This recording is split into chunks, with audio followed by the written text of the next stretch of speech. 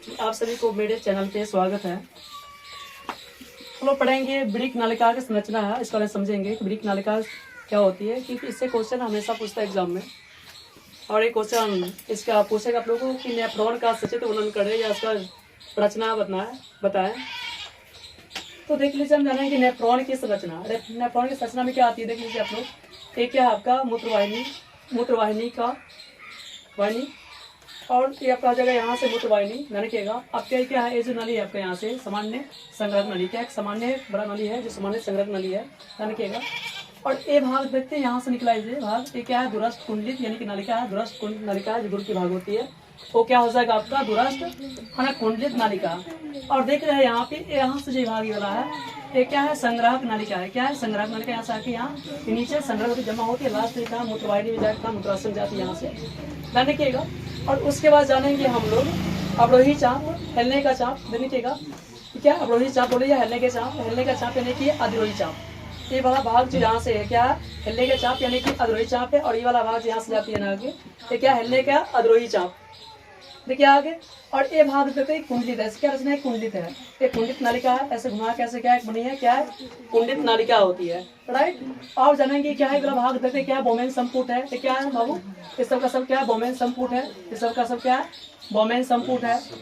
और ये क्या है, देखिए यहाँ जो एक जाल है, क्या है ना, ग्लोमेरुलस। क्या है, ग्लोमेरुलस की जाल है, बीच में जानेगा। अब ये वाला भाग यहाँ से निकले ग्लोमेरुलस जाल से, ये क्या जाएगा, अभिवाही धामनिका। क्या जगह है, अभिवाही धामनिका। और ये भाग जो वाला भाग क्या जाएगा, अपवाही धामनिका, राइट। हम जानेंगे अब नेफ्रॉन की संरचना के बारे में कि नेफ्रॉन की संरचना क्या है, ठीक है। देखिए इससे क्वेश्चन पूछता रहता है एग्जाम में। हाँ, और सबसे बड़ी बात है कि वृक्क का जो है क्रियात्मक और रचनात्मक का नेफ्रॉन होता है। जो वृक्क जो लोग पढ़े थे कुछ दिन पहले, उसका क्या होगा कि रचनात्मक और क्रियात्मक इकाई क्या होता है, नेफ्रॉन होता है। क्या होता है, वृक्क का रचनात्मक और क्रियात्मक इकाई नेफ्रॉन होता है, ठीक। अब देखिए यहाँ पे नेफ्रॉन की संरचना के बारे में। प्रत्येक वृक्क में लगभग 10 लाख वृक्क नलिकाएं या नेफ्रॉन होते हैं। वृक्क नलिकाएं या नेफ्रॉन कितना, तो लगभग 10 लाख होते हैं। कितना होते हैं, लगभग 10 लाख होते हैं, जिसे बोमेन संपुट कहते हैं। उसे हम क्या कहेंगे, बोमेन संपुट। देख रहे हैं आप, ये जो भाग है इसमें कितना, इस भाग जो वाला भाग, इससे 10 लाख क्या है, वृक्क नलिकाएं हैं, जिसका बोलते हैं बोमेन संपुट कहते हैं। और बोमेन संपुट जो है ना, देखिए आगे, यह जो है केशिका का, या केशिका गुच्छा या है ना ग्लोमेरुलस नामक रक्त है ना, केशिकाओं के एक जाल से घिरा होता है। इसके अंदर जो है, केशिकाओं के अंदर जो है ये रक्त का जाल है घिरा हुआ है। किस रक्त का, तो देख लीजिए आप लोग, ग्लोमेरुलस नामक रक्त की कोशिकाओं के एक जाल से घिरा होता है। कौन, तो बोमेन संपुट। कौन, तो बोमेन संपुट जाल से क्या है, घिरा हुआ है, राइट।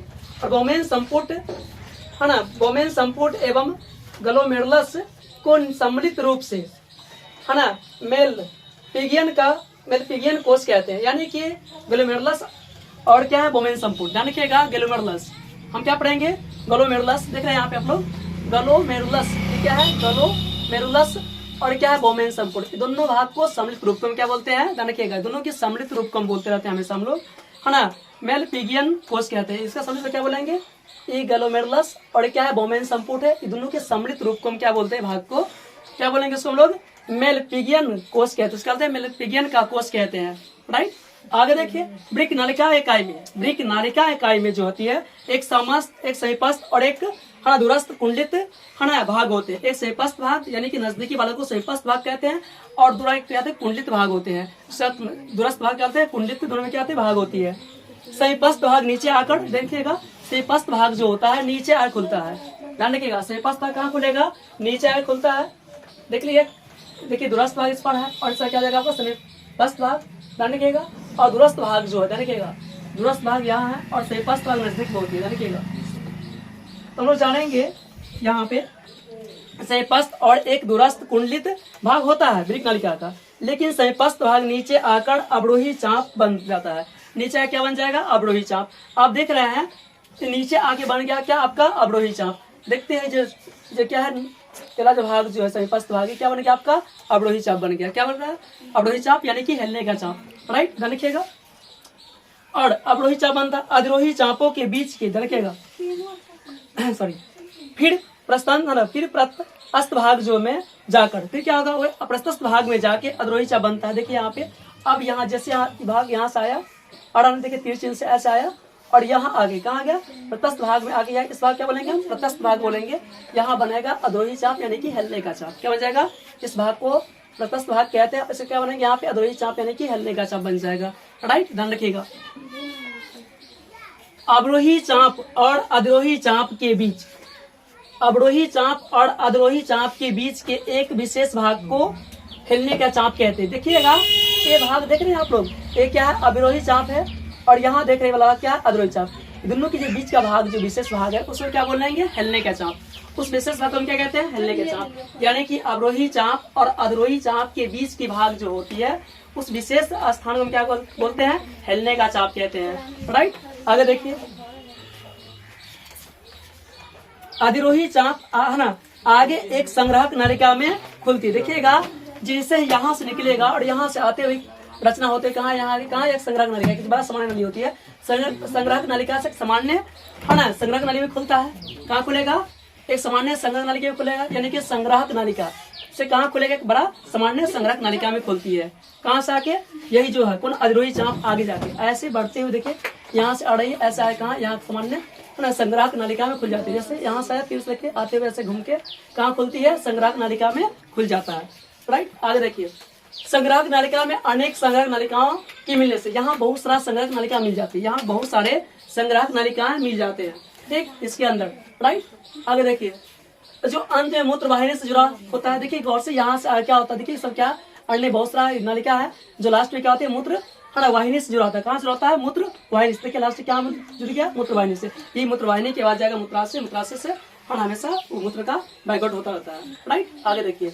वृक्क के कार्य हम लोग जानेंगे, वृक्क के कार्य क्या होता है, जो एग्जाम में हमेशा पूछा जाता है, वृक्क के कार्य क्या होता है। देख लीजिए, वृक्क के कार्य, वृक्क द्वारा मूत्र निर्माण। वृक्क द्वारा क्या होता है, मूत्र का निर्माण होता है, यानी कि उत्सर्जन होता है मूत्र का। किससे, वृक्क दोनों कार्य करते हैं, वहीं से मूत्र का निर्माण होता है, वहीं से बाद में उसका उत्सर्जन किया जाता है। यानी कि या उत्सर्जन, निर्माण बोले या उत्सर्जन बोले, यानी कि निर्माण या उत्सर्जन की है ना क्रिया निम्नलिखित 3 चरणों में पूर्ण होती है। कितना चरणों में पूर्ण होती है, 3 चरणों में इसकी क्रिया पूर्ण होती है। किसकी, मूत्र की निर्माण की जो क्रिया 3 चरणों में जाके पूर्ण होती है।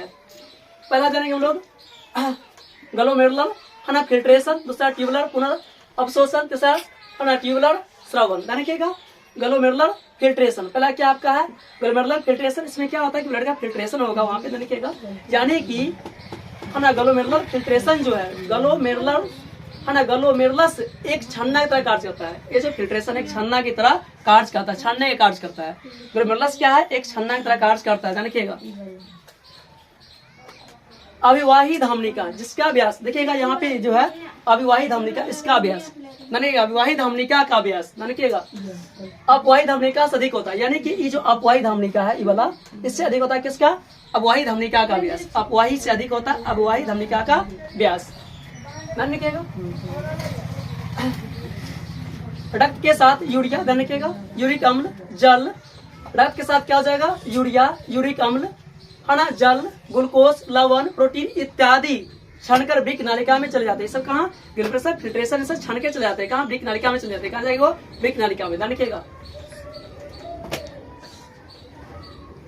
वृक्क नालिका से कहाँ चलती है ना, ग्लोमेरुलस में लाती है। देखिएगा वहां से ये पदार्थ वोमेन संपूर्ण की पतली दीवार, ये वोमेन संपूर्ण की, देखिए यहाँ पे वोमेन संपूर्ण की पतली दीवार है, यहाँ से पतली दीवार से देखिएगा वोमेन संपूर्ण की पतली दीवार से छनकर वृक्क नालिका में चले जाते हैं। कहाँ चले जाएंगे, वृक्क नालिका में। अपवाही धमनिका का व्यास कम होने के कारण, अपवाही धमनिका का व्यास कम होता है। देखिए वहां पे, क्योंकि यहाँ जो अपवाही धमनिका का जो व्यास है कम होती है, क्या होती है, इसका कम होता है। देख लीजिए है ना, ग्लोमेरुलस में रक्त पढ़ना दाब बढ़ जाता है, जिसके फलस्वरूप छन्ने क्रिया प्रक्रिया उच्च दाब पर होती है। क्या होती है, छन्ने प्रक्रिया उच्च दाब पर होगा। ठीक, उच्च दाब में फिल्ट्रेशन को अल्ट्रा फिल्ट्रेशन कहते हैं। क्या होता है स्वामी, अल्ट्रा फिल्ट्रेशन, वहीं से क्या होगा, मूत्र का उत्सर्जन हो जाएगा। नहीं, पूर्ण रूप से नहीं होगा वहां पे। आगे चलिए, आप पढ़ेंगे दूसरा, यानी कि ट्यूबुलर पुनर्अवशोषण। क्या होगा, ट्यूबुलर पुनर्अवशोषण दूसरा भाग है ना। ग्लोमेरुलस है ना, ग्लोमेरुलस फिल्ट्रेशन अब नलिकाओं से होकर गुजरता है। कहाँ से, नलिकाओं से होकर गुजरेगा। ठीक है, इसी समय कोशिकाएं उन पदार्थों को शोषित कर लेती है, उन चीजों को अवशोष कर लेती है जिनकी जरूरत होती है, और जिन पदार्थों को जरूरत नहीं होती है वो क्या करेगा, अवशोष कर देती है। कौन, कोशिकाएं, ध्यान रखिएगा। जिनकी आवश्यकता होती है तथा जिन पदार्थों की आवश्यकता नहीं होती है उन्हें छोड़ देती है। साधारणतया सारा ग्लूकोज पुनः शोषित हो जाता है। जितना ग्लूकोज है सबका सब शोषित हो जाता है, साथ में आपका प्रोटीन वसा वगैरह वो भी शोषित हो जाता है, ध्यान रखिएगा। तथा जल की अधिक मात्रा का भी क्या होता है, शोषण एवं हो जाता है। एवं दूषित पदार्थों का क्या होता है, उत्सर्जन होता है। यहाँ क्या होगा, दूषित पदार्थ का जो बेकार का चीज है, जो हानिकारक होता है, उससे क्या होता है, उत्सर्जन होता है। क्या होता है, इसका उत्सर्जन हो जाता है। राइट, अब जानेंगे हम लोग, यानी कि क्या बच गया आपका तीसरा ट्यूबुलर श्रवण। इसका उतना महत्व कार्य नहीं, लेकिन आपके एग्जाम में 2 पूछता है, एग्जाम में है हमेशा 2 कार्य। आप पढ़ेंगे मूत्र की बनावट। एग्जाम में कभी पूछता है कि मूत्र की बनावट क्या है, कैसे मूत्र की बनावट होती है, ध्यान रखिएगा। हम लोग जानेंगे मूत्र की बनावट के बारे में कि मूत्र में जल, यूरिया तथा सोडियम क्लोराइड विद्यमान होते हैं। कौन, सोडियम क्लोराइड एक लवण होता है जो मूत्र में विद्यमान होता है, ध्यान रखिएगा। अगर एक मनुष्य 24 घंटे में 80 से 100 ग्राम आहार के रूप में, किसके रूप में, आहार के रूप में, ध्यान रखिएगा, प्रोटीन आहार के रूप में लेता है, तो मानव मूत्र की प्रतिशत मात्रा, यानी कि मानव मूत्र की प्रतिशत मात्रा जो है निम्नलिखित है, इस प्रकार से है। जल 96%, जल कितने होते हैं मूत्र में, 96% जल की मात्रा होती है। एवं ठोस 4%, उसमें क्या होता है, 2% यूरिया होता है और 2% अन्य पदार्थ होती है मूत्र में। प्लीज वीडियो देखने के बाद मेरे वीडियो अच्छा लगे तो लाइक, सब्सक्राइब और शेयर करें।